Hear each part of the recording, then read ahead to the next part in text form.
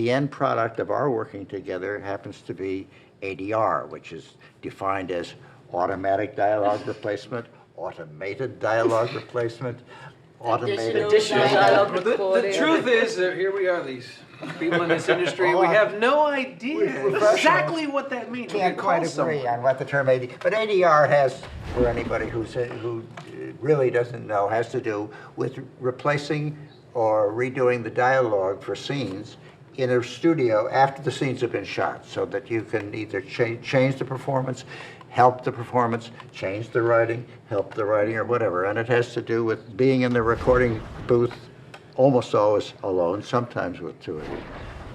And we're sitting in the other booth listening and watching and fixing what needs to be fixed. A lot of people out there don't know the technical aspects of ADRing, and what it entails is you have three beeps, and then you have an imaginary beep, which is your fourth beep, whereas the dialogue is being replaced. But then you have another technique that's called chasing.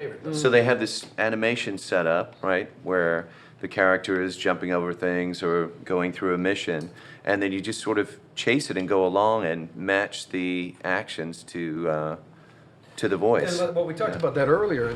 Holy shit. Gameplay, we do a lot of the chasing, sometimes together. Here, I've got you. Give me your hand. Just go! And some of the stuff comes out, no one will ever hear the stuff we do. Not because it's vulgar, but because, well, a lot of, yeah, it is vulgar, isn't it? We could do a whole nother version of this game. But for me, the ADR, you could say anything when he jumps over this thing, like, groin. You know, little things, and then you never know, Amy and her sick little mind may actually put it in the game. But there was one in the first game where I saw this, and it was definitely a stuntman, do this elaborate kick. And we chased it, and that's where I said that. It's like, I will kick you to sleep. And that went in the game, and I've had more people comment on that, and it was one of those things where we made it up. There's tons of improvisations. The improv factor, it just makes it so much fun, and it's so freeing. While you're physically constrained, you're free to let your mind say anything. And it's isolated normally with most voice work. So you get into a booth and they say, you're playing 3 characters today. The first one, you're 300 pounds, you're a slut, and you've got a gravelly voice like you've smoked 400 cigarettes a day. Go! And you suddenly have to create a character with that. Right. Richard can do that. You know. And I have. But I enjoy ADR when we don't have to sync anything up to lips. That's great. I mean, I have a blast with that. With the last session that we did, when we were doing all the rooftop climbing and the running, and you're climbing up the ladder, and I'm like, see your butt from down. You know, that, when we're improvising. I had a blast doing that, you know? The worst thing with ADR is when you're syncing, you're trying to sync a performance, which I know that we really have that problem on this. So yeah, on film you have that problem where you're trying to put your voice into your own mouth. But the opportunity to go back and improve something is fantastic. In theatre, you don't have that opportunity. You suck one night, you sucked in front of those people. You can't go, can I just do that bit again?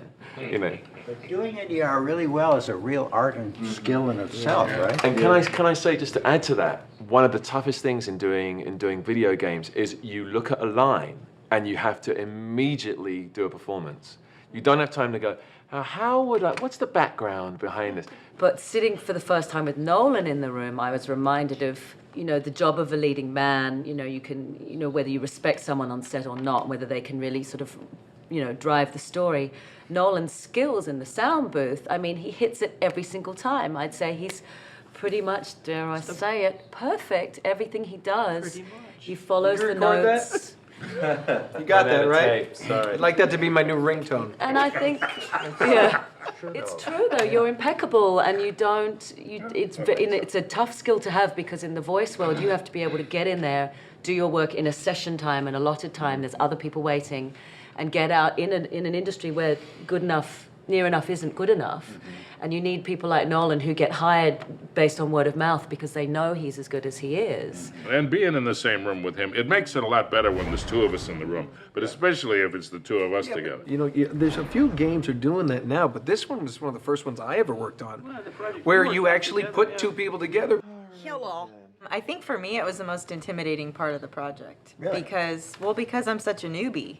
Coming in, having just theater training Yeah. and working across from voices that it's so specific, and to know when you're in your chest or when you're in your nasal cavity, or if you're, speaking quietly, or what's going on, or being out of breath, or if you're having, like, even just the other day we were ADRing something, and we're doing jumps, and so it's like, ugh! And they're like, I think it's not so much a as it is a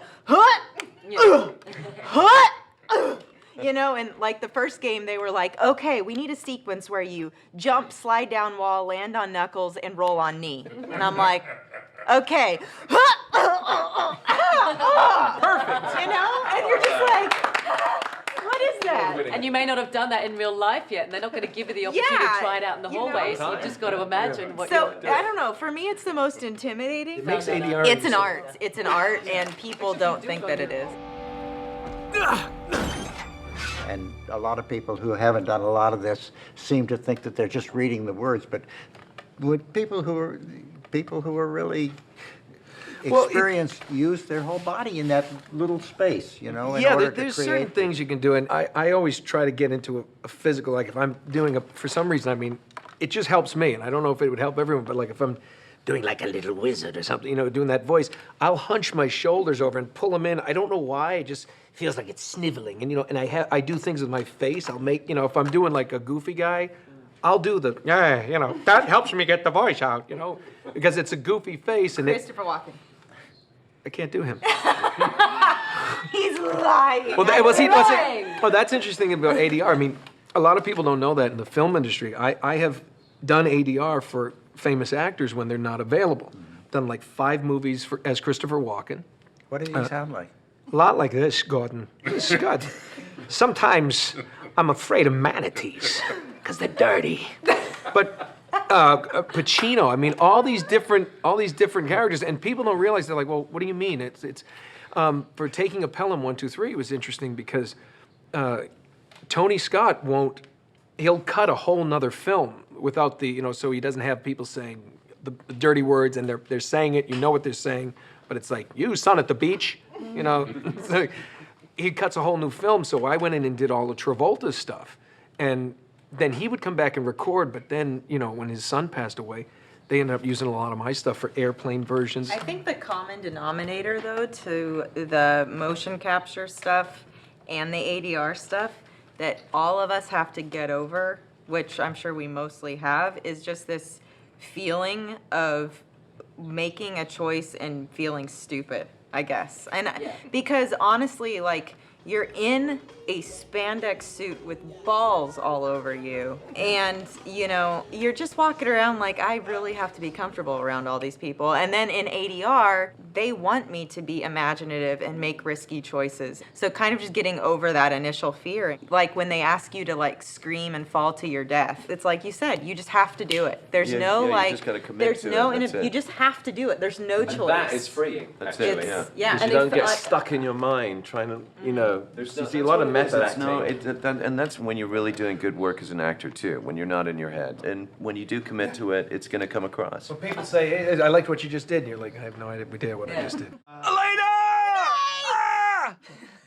I can't tell you how many times we leave the booth and you feel somewhat exhausted because you feel like you literally have been running through the jungle all day. You're like, you go back home and people are like, oh, how was work? And you're like, well, it was just, you realize, wait, I feel like what did I just do? There was an actor who did like, you had to do, and sometimes in games you have to do the running sequence, like, the gentle run and then the full sprint. And somebody told me a story about the actor who did that sound of the person running, and they said, good, cut. The guy went, and he fainted. He fainted in the booth. Hyperventilated and fainted. Yeah. Wasn't me.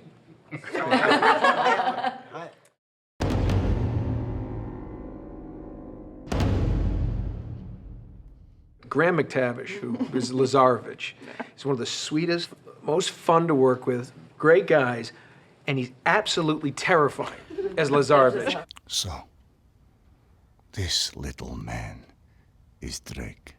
And it's one of those things where you're joking right before the camera rolls, you do your T-pose, and then all of a sudden he turns and he's mean. So, this little man is Drake.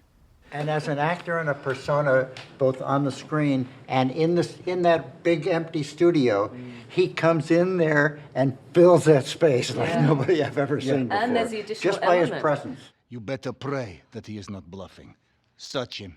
And I remember Taylor, I was sitting with Taylor and he said, oh, listen to this, do you want some headphones? I said, no, I can see it's happening. He said, no, it's Graham, you need to hear this. And he gave me a set of spare cans and I saw one take without them, the next take. It was such a different world and such a different performance hearing what he was doing in that sort of sotto voce, that sort of low voice. It was so threatening, so menacing. Did you carry him all the way from the temple? Shame. I think it's funny watching you have to say Lazarevich. I could not say Not it. say it. Lazarevich. I'm rehearsals. I'm like Lazarevich. We get out there. I'm like Lazarevich. Nate, this is Carl Schaefer. How are you feeling? I think one of my favorite scenes watching kind of the process happen was Schaefer towards the beginning when he's kind of coming across the desk with Nate and he's revealing the key. Where did you find this? And just because he's such a seasoned actor, I remember him saying, now, do you just want me to set it down open? Do you want me to take my time with it? And kudos to Renee. He's done theater, he's done television, film. Tony He's Award, done, Emmy Award, you name it. yeah, I mean, he's done it all. So, they have beaten you, huh? It's easy to work on something when you're proud of what you're doing.